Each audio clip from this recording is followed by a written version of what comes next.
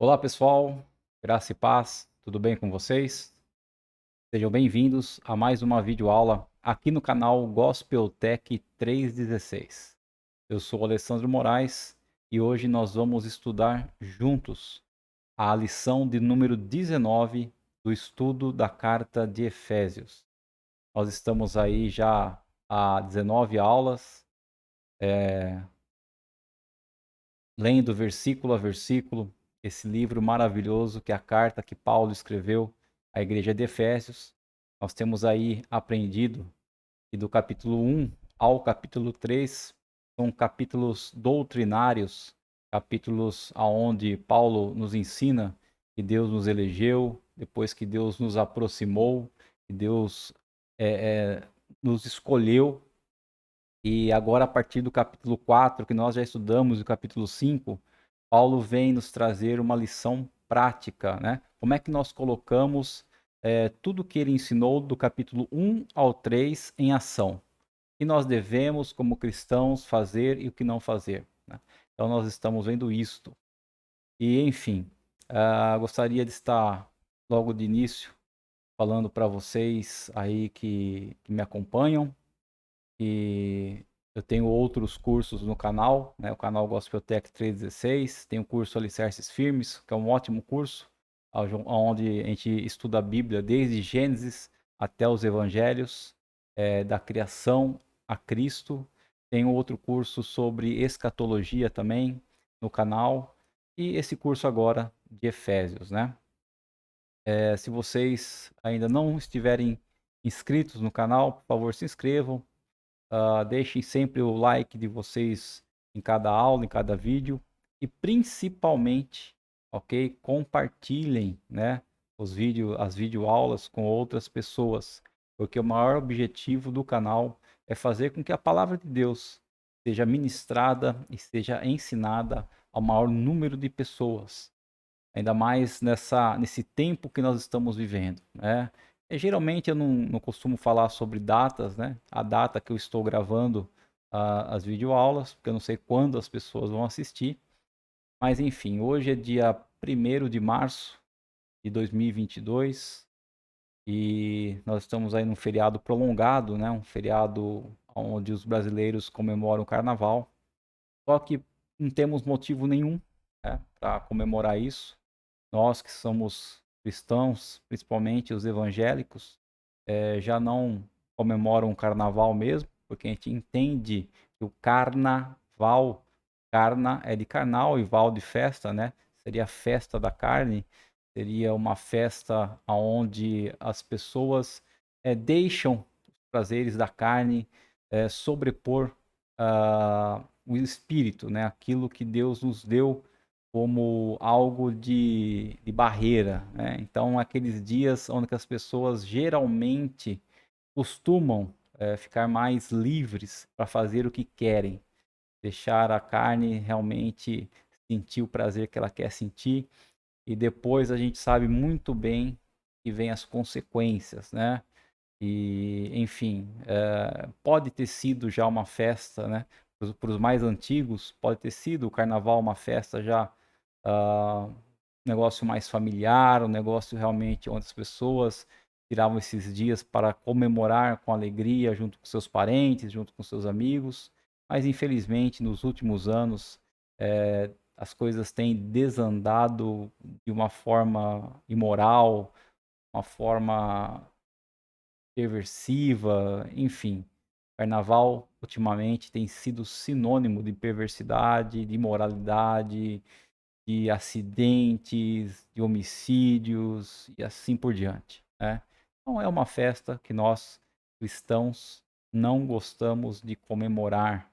Esse ano, né, devido à pandemia aí, nós estamos vivendo, praticamente o carnaval foi cancelado, em todas as cidades.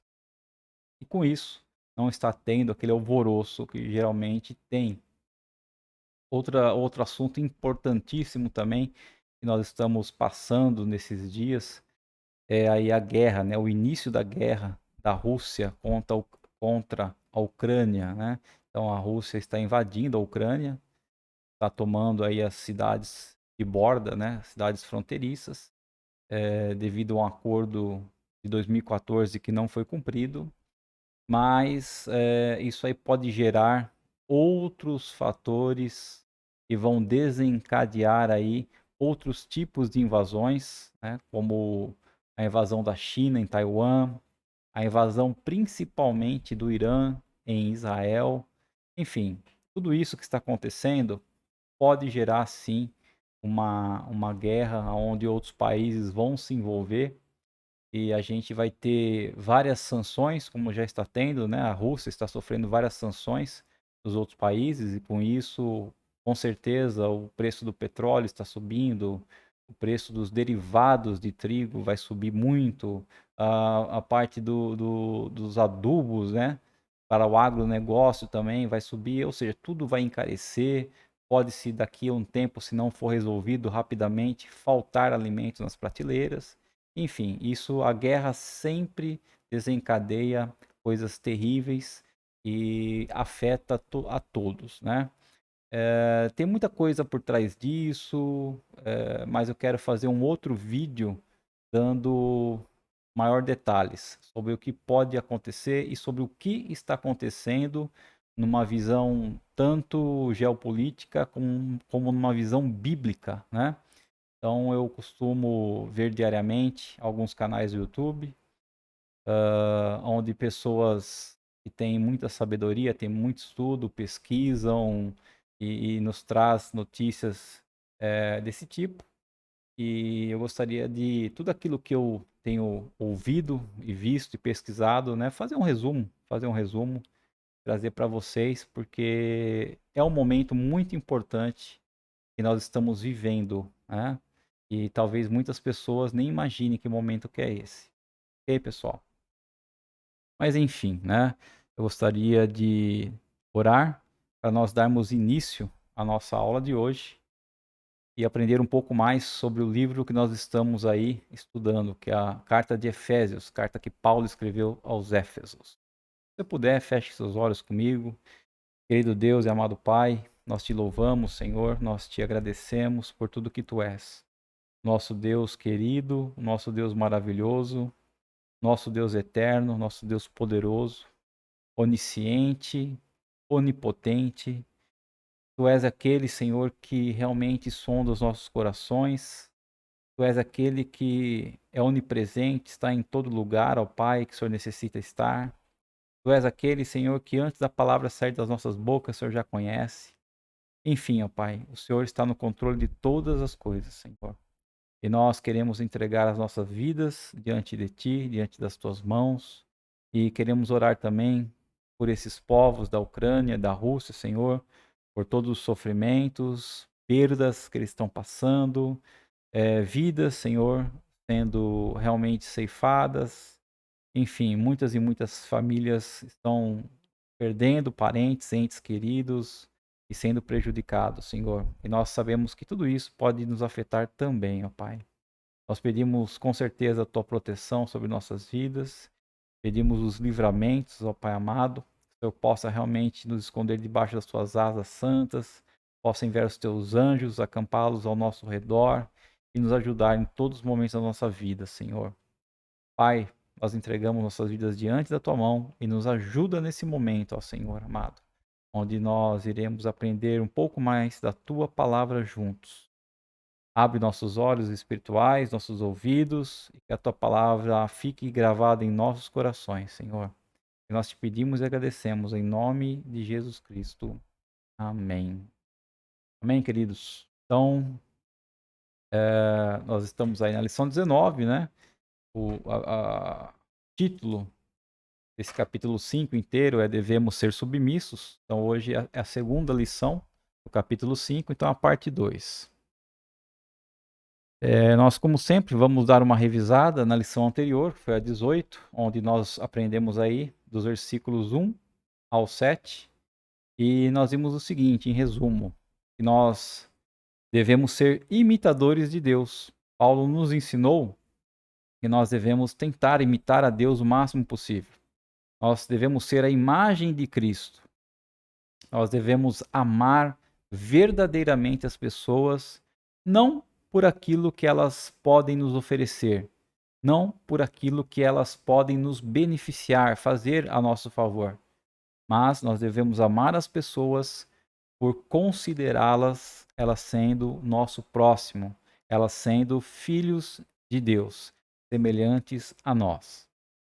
E aprendemos também que da nossa boca não deve sair palavras torpes, né? Palavras sobre imoralidade sexual, sobre obscenidades ou também conversas tolas. E ao invés disso, nós devemos sempre estar conversando, orando e fazendo sobre ações de graças. Vimos também que sexo fora ou antes do casamento é considerado pecado, né? Sim, o sexo fora do casamento é considerado pecado. Mas nós estamos aí no ano de 2022 e você vem, né, com essa conversinha, com essa ideia que sexo fora do casamento é pecado? Sim, a palavra de Deus, ela é a mesma ontem, hoje e será para sempre. E a palavra de Deus nos ensina que o sexo fora do casamento, seja antes ou fora do casamento, é pecado, né? E também nos informa que essas pessoas imorais que praticam esses tipos de coisas, elas não terão herança no reino de Cristo, né? O reino de Cristo não pertence a essas pessoas imorais, a essas pessoas que praticam esse tipo de coisa e que não se arrependem, né? Por que não se arrependem? Porque mesmo que a gente cometa, se nós cometemos no passado ou por um deslize nós cometemos agora no presente algum desses pecados, ou até mesmo, né, nos dias que estão por vir no futuro, mas se nós nos arrependermos verdadeiramente, quando você comete um erro, quando você peca, mas você no seu consciente sabe que você errou e que você sente nojo por aquilo, você está se arrependendo daquilo que você fez. Então, quando há o verdadeiro arrependimento e você confessa isso diante de Deus, então Deus sim te perdoa. Deus nos perdoa. Tá ok, pessoal? Então, esse foi o resumo, né, o conteúdo aí que nós vimos na aula passada. E hoje, né, nós vamos continuar vendo do versículo 8 até o 20. Do versículo 8 ao 14, agora nós vamos ver aí qual é o fruto da luz, né? O versículo 8 diz assim, em Efésios capítulo 5, versículo 8: Porque antes, outrora, vocês eram trevas, mas agora são luz no Senhor. Então, Paulo vem dizer que antes, outrora, nós não estávamos nas trevas, mas éramos trevas, né? E agora nós estamos na luz. Então, essas trevas que Paulo fala, né, são as trevas da ignorância do conhecimento de Deus. Então, quando nós não conhecemos a Deus verdadeiramente, nós estamos nessas trevas da ignorância. Nós vivemos em depravação, né, em desespero, sempre errando, sempre pecando, sempre fazendo aquilo que Deus não aprova. Mas quando nós conhecemos a Cristo, quando nós entregamos nossa vida ao Senhor, quando nós começamos a aprender a palavra e praticar essa palavra obedecendo a Deus, agora nós somos filhos da luz, nós somos luz, deixamos de ser trevas e passamos a ser luz. Segundo um comentário de John Stott, uma citação, ele diz o seguinte: suas vidas, e não apenas o ambiente em que viviam, tinham sido transformados de trevas em luz. E essa transformação radical tinha acontecido pela união com aquele que declara ser a luz do mundo. Então, a única possibilidade de nós deixarmos de ser trevas e passarmos a ser luz é se nós nos unirmos com aquele que é a luz, que é Cristo Jesus, né? João capítulo 8, versículo 12, diz o seguinte: Jesus voltou a falar ao povo e disse: Eu sou a luz do mundo. Se vocês me seguirem, não andarão no escuro, pois terão a luz da vida. E qual é, né, a aplicação prática disto em nossas vidas? A partir do momento que nós nos transformamos em luz, luz para o mundo, o que nós devemos fazer, né? Então, Paulo, nos versículos 9 e 10, diz o seguinte: vivam como filhos da luz, pois o fruto da luz consiste em toda bondade, justiça, verdade. E aprendam a discernir o que é agradável ao Senhor. Então, o fruto da luz, o que é? É ser bondoso, é ser justo e ser verdadeiro. E aprender a discernir o que é que o Senhor gosta, o que é que o Senhor quer que nós façamos. Porque nos tornamos luz no Senhor, nós devemos então andar como filhos da luz, demonstrando um comportamento que corresponda a esta nova identidade, vivendo sempre em bondade, justiça e verdade, que são o fruto da luz. Então, todo aquele que aceitou a Cristo, todo aquele que está em Cristo é luz. E se a pessoa é luz, ela tem que produzir na vida dela bondade, justiça e verdade.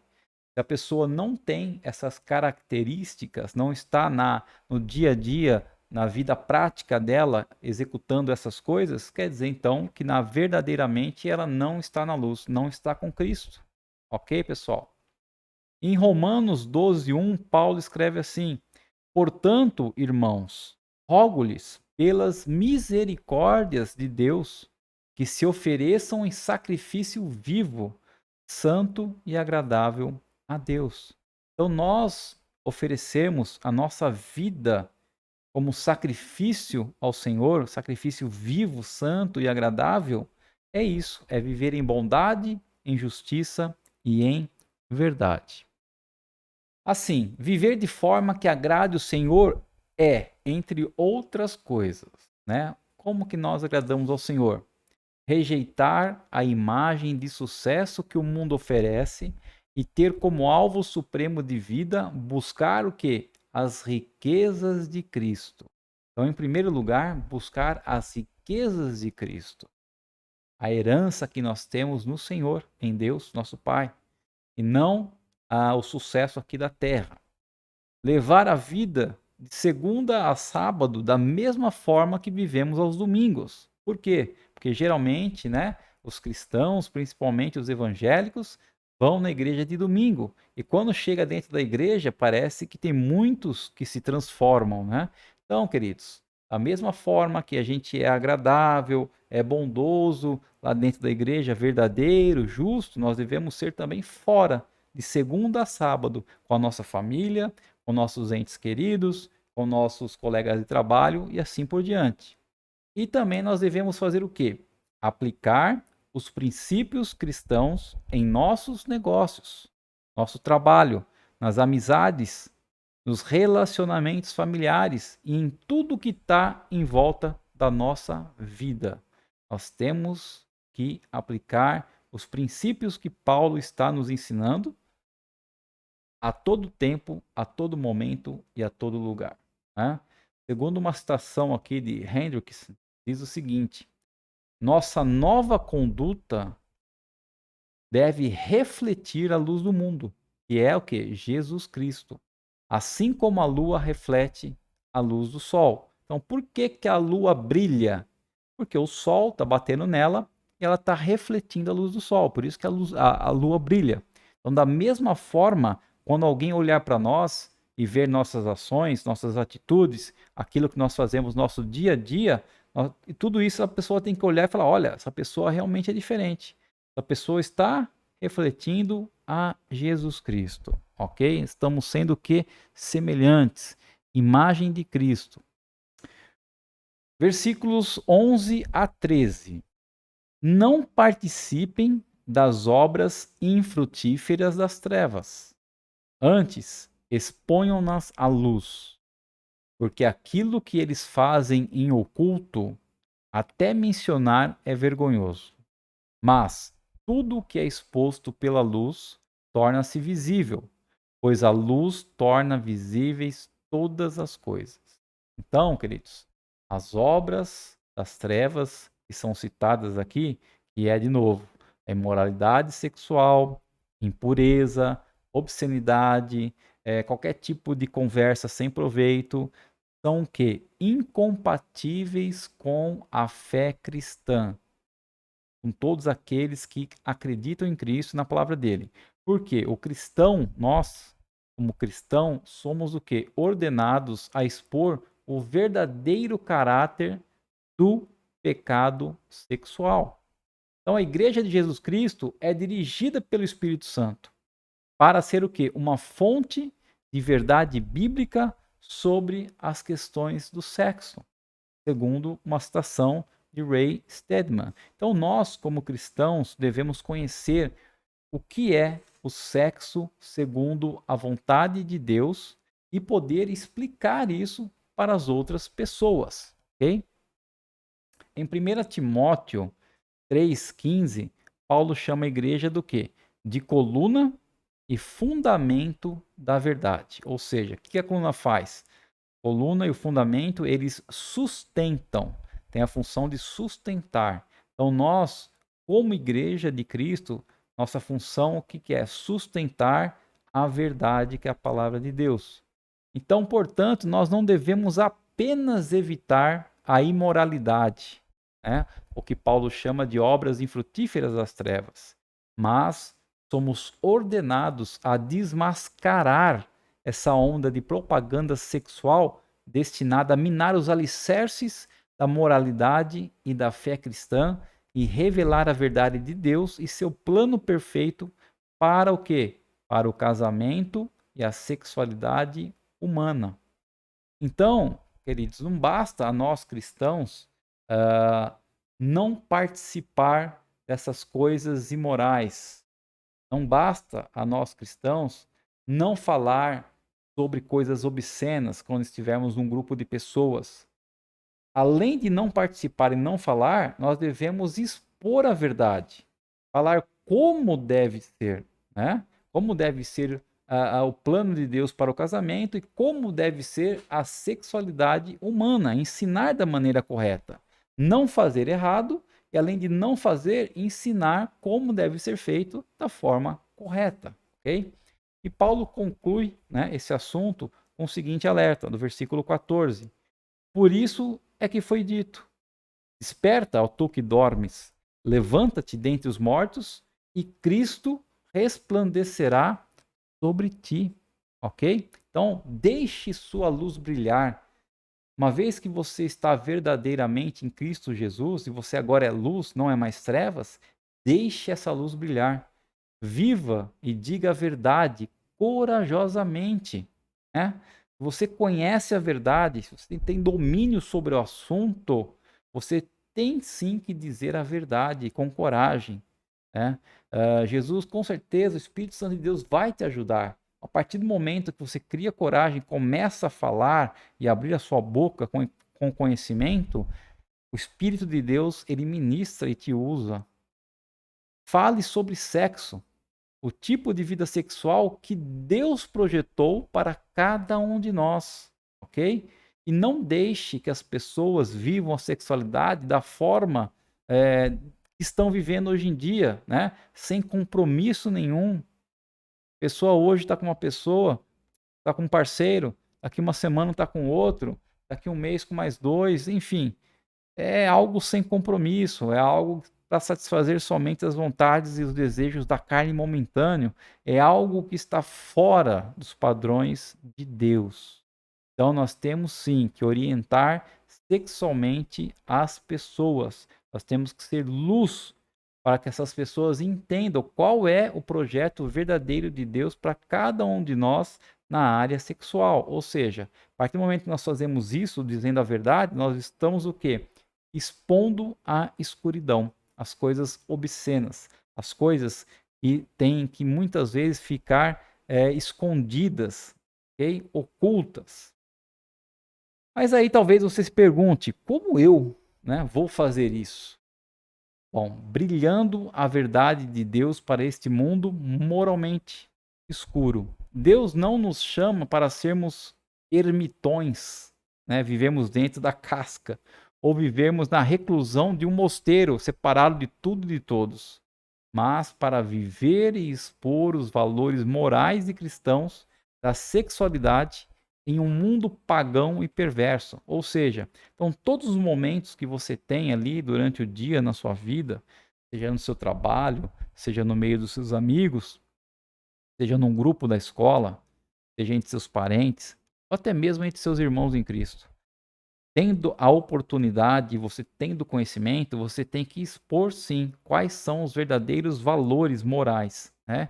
E como é e como deve funcionar a sexualidade em um cristão.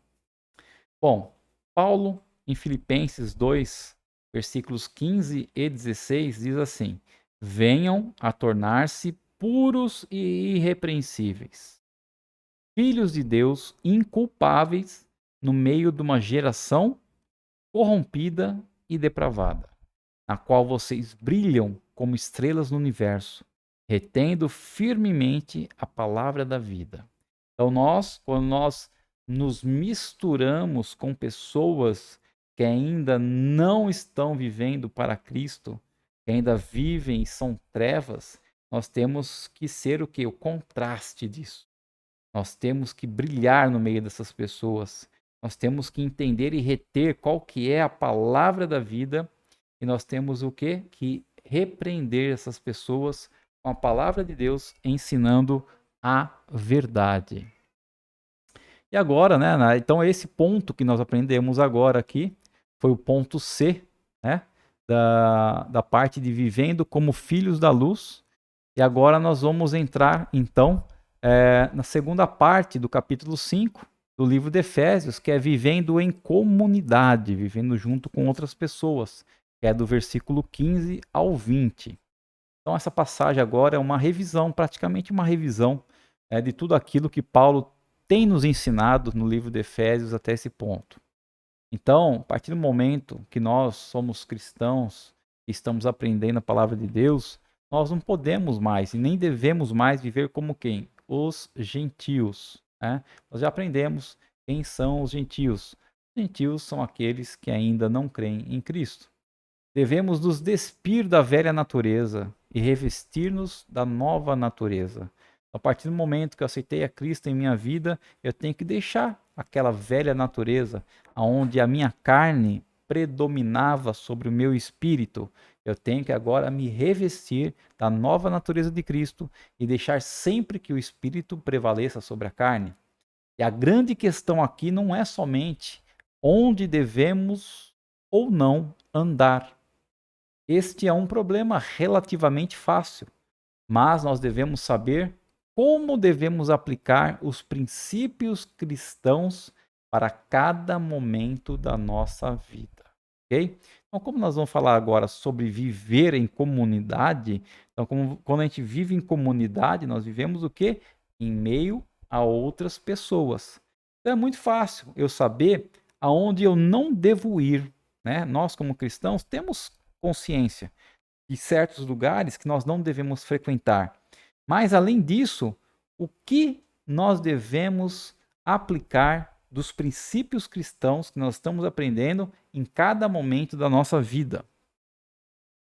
Primeiro, agindo com sabedoria. Então, primeira coisa, eu tenho que ter sabedoria. Versículos 15 e 16, Paulo escreve o seguinte: Tenham cuidado com a maneira como vocês vivem, e não seja como insensatos, mas como sábios, aproveitando ao máximo cada oportunidade, porque os dias são maus. Então, cada oportunidade que nós temos de estar ensinando ou pregando a palavra de Deus, devemos fazer isso, aproveitar essa oportunidade, mas com sabedoria e não sendo insensatos. E que oportunidades são estas, né? De viver de maneira digna da vocação que cada um de nós recebeu do Senhor. Efésios 4:1 diz assim: Portanto, como prisioneiro no Senhor, suplico-lhes que vivam de modo digno do chamado que receberam. Então, cada um de nós, já expliquei isso, recebemos um chamado do Senhor. Nós somos eleitos, fomos aproximados e fomos chamados, como nós aprendemos do capítulo 1 ao 3 de Efésios. E cada um de nós sabe muito bem qual é o seu chamado. Se você não sabe, busque ao Senhor para saber aquilo que Deus te deu de dom e aquilo que você consegue fazer com alegria. Esse é o seu chamado. Então você tem que ser digno disso aí. Aquilo que Deus nos propôs a fazer, temos que fazer com dignidade. Então, mostrando uma citação de Hendrickson, diz assim, mostrando por meio de nossas vidas e conduta o poder e a glória do Evangelho, desmascarando assim o mal, enriquecendo-se de boas obras, fortalecendo a comunhão, conquistando o próximo para Cristo e glorificando a Deus através de todas estas coisas. A oportunidade perdida jamais voltará. Né? Então a oportunidade é como uma pedra lançada. Você lançou uma pedra, não adianta você querer correr atrás dela para pegar ela de volta. Ela vai acertar o alvo. Né? Então uma oportunidade perdida não volta atrás. Então sempre que nós tivermos a oportunidade, né, por meio das nossas vidas, nós temos que demonstrar isso para todos, né? Qual é o poder e a glória do Evangelho, né? Nós temos que falar das boas obras, nós temos que fortalecer a comunhão entre nós, e nós temos que conquistar as pessoas que são próximas. Para quem? Para Cristo. E tudo o que fizermos, que nós possamos fazer para a glória de Deus e jamais para a nossa própria glória, jamais para nos enriquecer, mas tudo para a glória de Deus. Então, ao estar sob pressão ou em meio de uma crise, nós temos o quê? Que aproveitar ao máximo esse tempo, manifestando a superação da graça de Deus em nossa vida. Então, é nos momentos difíceis da nossa vida, nos momentos de crise, nos momentos onde nós estamos sofrendo algum tipo de pressão, é que nós devemos ser diferente das pessoas que ainda não têm a Cristo e devemos, com isso, mostrar a ela quais são as verdadeiras práticas de um cristão. Como que um cristão verdadeiro que conhece a palavra de Deus encara na sua vida essas crises. Ray Stedman diz o seguinte: o cristão sábio sabe como tirar proveito do mal a fim de avançar o reino de Deus. Né? Então nós vimos aí que para nós vivermos em comunidade e não perder nenhuma chance em nossa vida, nós temos que agir com sabedoria. Versículo 17 de Efésios 5 diz o seguinte: portanto, não sejam insensatos, mas procurem compreender qual é a vontade do Senhor. Então, só depois de conhecermos a Deus, aprendermos seus valores e a enxergar a vida de acordo com os seus óculos, né, de acordo com a sua ótica, de acordo com sua visão, a visão de Deus, é que nos tornamos capazes de deleitar nossa vontade na vontade dele. Porque a vontade de Deus é sempre boa, é sempre agradável, é sempre perfeita e dá uma profunda paz no nosso coração e um enorme gozo no nosso viver, né? Conforme a palavra aí em Romanos 12, 2, que diz o seguinte: não imitem o comportamento e os costumes deste mundo, mas deixem que Deus os transforme por meio de uma mudança em seu modo de pensar, a fim de que experimentem a boa, agradável e perfeita vontade de Deus para vocês. Então, queridos, é aquela história do coração. Nós não temos que ter um coração de pedra, mas temos que ter um coração de carne, um coração voltado a Deus. Então, se nosso coração, nossos sentimentos, nossa alma ainda não está voltada a Deus, se ainda não conhecemos a Deus e os valores dele, nós muitas vezes não iremos fazer aquilo que Deus está nos pedindo para fazer de maneira prazerosa, né? Nós fazemos ali, mas por compromisso e não por nos deleitar na vontade do Senhor. Mas a partir do momento que nós realmente pedimos, Senhor, por favor, trabalha em nosso coração, Troca, Pai, retira esse coração de pedra, coloca no lugar um coração de carne, coração disposto a te adorar, um coração disposto a te amar, coração disposto a fazer a tua vontade. Aí sim, tudo que nós fizermos para Deus será algo sempre agradável para nós, ok? E o segundo ponto aí de viver em comunidade, né? O primeiro ponto foi ter sabedoria, e o segundo ponto é andando no Espírito e vivendo a vida em seu poder e presença transbordantes. Então nós sempre temos que andar no Espírito. Versículo 18 diz assim, de Efésios 5: Não se embriaguem com vinho, que leva à libertinagem, mas deixem-se encher pelo Espírito. Então aqui, Paulo contrasta dois tipos opostos de influência em nossas vidas.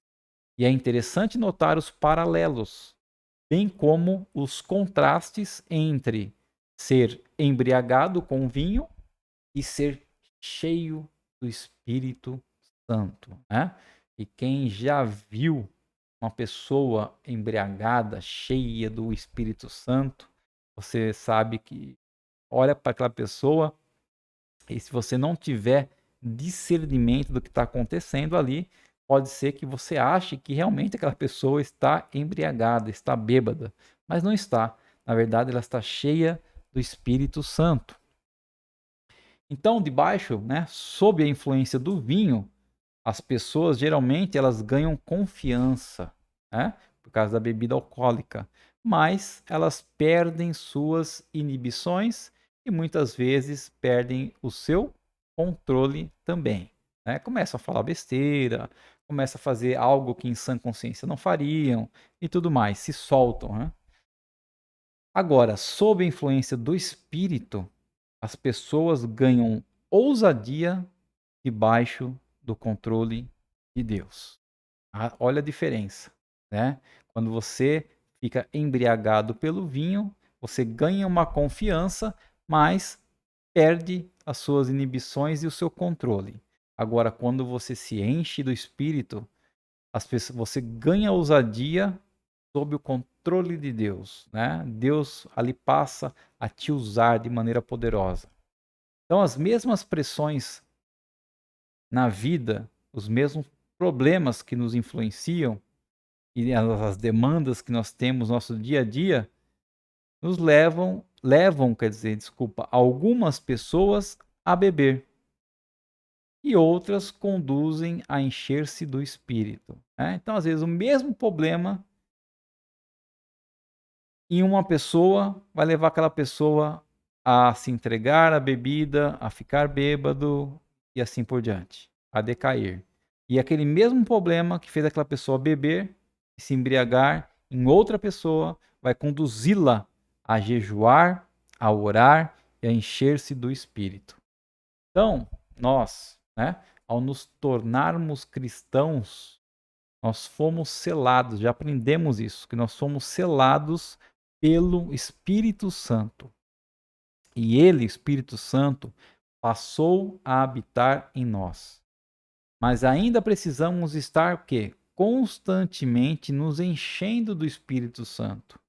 E isto não tem nada a ver com sentimentos ou uma experiência religiosa, segundo a citação de Ray Stedman.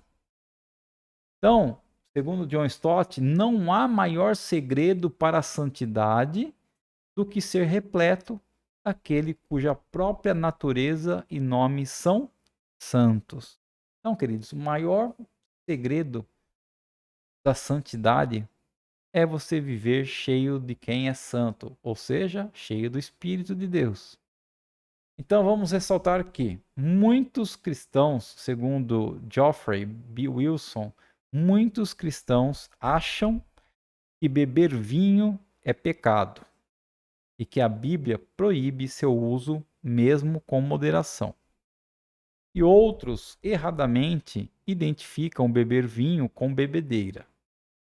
Mas Paulo usa o beber vinho como exemplo do tipo de coisa que o cristão está livre para fazer, exceto se for ofender outras pessoas. Então fica evidente que isto não é em si uma violação da lei de Deus e, portanto, não é pecado. Né? Então, beber vinho é pecado? Não. Como não? Desde que você não venha, né, a ficar embriagado, desde que você não venha a incomodar outras pessoas. Né? Então, embriagar-se é pecado. Você ofendendo ou não, né, o seu próximo, mas você simplesmente ficando embriagado já está cometendo pecado, porque você já não está vivendo a sua sã consciência. Então, beber vinho não é errado, exceto se resultar em bebedeira e levar outras pessoas a tropeçarem, né? O que é isso? Levar outras pessoas a tropeçarem. Se você está no meio da igreja, no meio de cristãos, no meio de irmãos, e sabem que aqueles irmãos não aprovam nenhum tipo de bebida alcoólica, então você não vai beber no meio deles. Porque mesmo você bebendo pouco e não ficando embriagado, não ficando bêbado, você vai levar aquelas pessoas a tropeçar, porque aquelas pessoas vão pecar, elas vão julgar você, ok? Então vão estar pecando, né? Então não nos esqueçamos, segundo Coríntios 3,17. O Senhor é o Espírito, e onde o Espírito do Senhor está, ali há liberdade, ok? Então nós temos o Espírito Santo de Deus, então nós temos a liberdade. Agora, 1 Coríntios 8,9 diz o seguinte: contudo, tenham cuidado para que o exercício da liberdade de vocês não se torne uma pedra de tropeço para os fracos, né? Para os que não têm o mesmo entendimento que nós temos. É por isso que quando nós vivemos em comunidade, nós temos que ter sabedoria, né? E temos que viver sempre cheio do Espírito de Deus, para que a sabedoria mais o Espírito venha nos ensinar o que fazer no meio das outras pessoas. 1 Coríntios 6,12 diz o seguinte: tudo me é permitido, mas nem tudo convém. Tudo me é permitido, mas eu não deixarei que nada me domine. Então, a partir do momento tal coisa começou a me dominar, então já começa a sair fora do propósito de Deus, e aí aquilo se torna pecado. Por isso que Paulo fala que posso fazer qualquer coisa, tudo me é permitido, mas nem tudo me convém fazer, ok? Romanos 12,17 diz o seguinte: procurem fazer o que é correto aos olhos de todos, ou seja, procure fazer aquilo que as pessoas querem que você faça, ou esperam que você faça como cristão. Então façam as coisas certas. 1 Coríntios 10, versículos 31 e 32 diz o seguinte: assim, quer vocês comam, bebam ou façam qualquer outra coisa, façam tudo para a glória de Deus. Não se tornem motivo de tropeço, nem para judeus, nem para gregos, nem para a igreja de Deus. Ok, pessoal? Então é assim: tudo me é permitido? Sim. Mas eu tenho consciência e eu sei o que a palavra de Deus me diz, o que a palavra de Deus me ensina. Eu sei, com sabedoria e cheio do Espírito, até onde eu posso chegar e aonde eu não posso chegar. O que eu posso fazer e o que eu não posso fazer. Ok, pessoal? Então, por isso que tudo é me permitido, mas nem tudo me convém fazer. Eu tenho que tomar muito cuidado, muitas vezes, com aquilo que para mim é normal, para outro irmão não é normal. Então, não posso fazê-lo tropeçar também, ok? Versículo 19 e 20 de Efésios 5 diz assim: falando entre si com salmos, hinos e cânticos espirituais, cantando e louvando de coração ao Senhor, dando graças constantemente a Deus Pai por todas as coisas, em nome de nosso Senhor Jesus Cristo, né? Então, quando nós estamos aí com outros irmãos, além de não fazer as coisas erradas, nós devemos fazer o quê? falar-nos entre nós com salmos, hinos e cânticos. Ou seja, nós devemos falar sobre a palavra de Deus, conversar sobre assuntos que Deus colocou em nosso coração, sobre a visão que nós estamos tendo das coisas que estão acontecendo ao nosso derredor. Devemos louvar, adorar a Deus. E Paulo nos mostra 3 resultados encontrados na vida de um cristão que anda no Espírito. Ok? Então, todo cristão que tem sabedoria, que anda no Espírito, as suas conversas são edificantes. Então, são conversas edificantes que revelam o amor pela palavra de Deus. Essas pessoas cheias do Espírito têm um louvor autêntico que vem do coração delas. E são pessoas cheias de ações de graças, né? Que ajudam o seu próximo. E agora nós temos que fazer o quê? Tudo isso que nós estamos aprendendo sobre sabedoria e ser cheio do Espírito, andar no Espírito, fazemos agora um paralelo com nossas vidas, né? Que nós estamos vivendo. As palavras que saem da minha boca, da sua boca, são edificantes? Elas remetem a Deus e sua palavra? Ou aquilo que eu tenho conversado, que eu tenho falado, são conversas repletas de palavras fúteis e imorais, né? Como tem sido meu bate-papo com as pessoas que estão ao meu derredor? Você convidaria Jesus para sentar-se ao seu lado todas as vezes que se reúne com seus amigos? Inclusive, lógico, fora da igreja, né? Então, toda vez que você está com seus amigos batendo um papo, falando, conversando e tal, você poderia convidar Jesus para estar ao seu lado? Você ficaria à vontade sabendo que Jesus estaria ao seu lado naquela conversa? Você costuma louvar a Deus como resposta autêntica por seu amor, graça e perdão?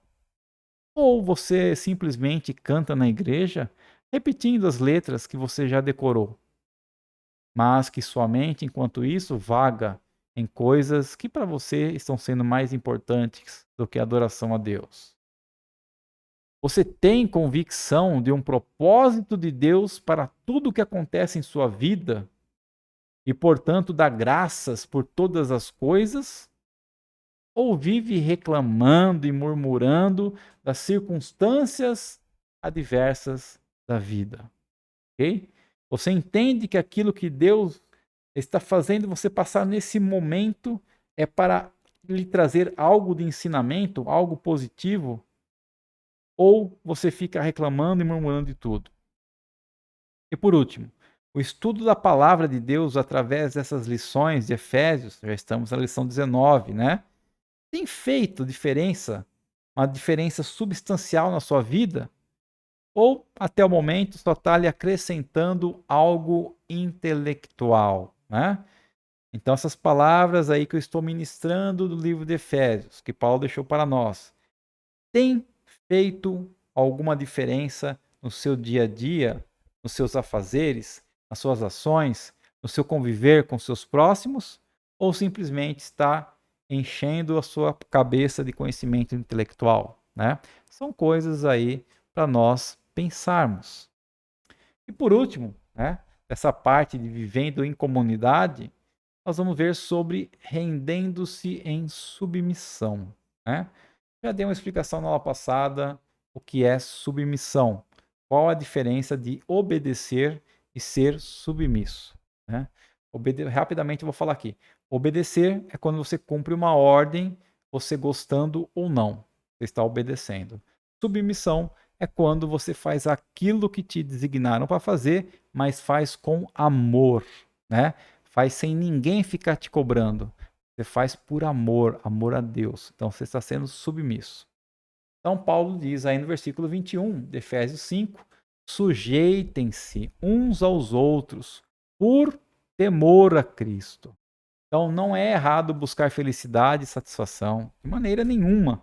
Deus nos formou e nos criou para sermos felizes, pessoas satisfeitas, né? O problema surge quando duas pessoas que têm o mesmo objetivo se encontram em rota de colisão, ou seja, um querendo passar por cima do outro. Então, duas pessoas, por exemplo, que querem a mesma promoção, ou cargo numa empresa. Estão disputando. Dois líderes de igreja que buscam a liderança para o mesmo ministério, né? Uma história antiga já, que nós podemos ver na própria Bíblia, que fala sobre Paulo e Barnabé. Ou dois irmãos que disputam o amor e a atenção do pai, né? Um querendo ser melhor que o outro, um querendo ser mais amado que o outro pelo pai, como também nós encontramos na história de Esaú e Jacó.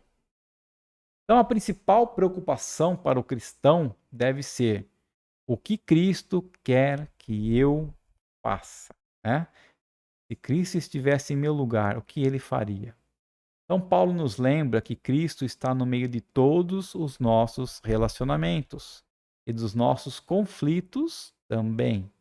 Então, quando não reconhecemos a presença de Cristo em nossas vidas, fica difícil nos submeter aos outros, pois temos a tendência obstinada de querer vencer a qualquer custo.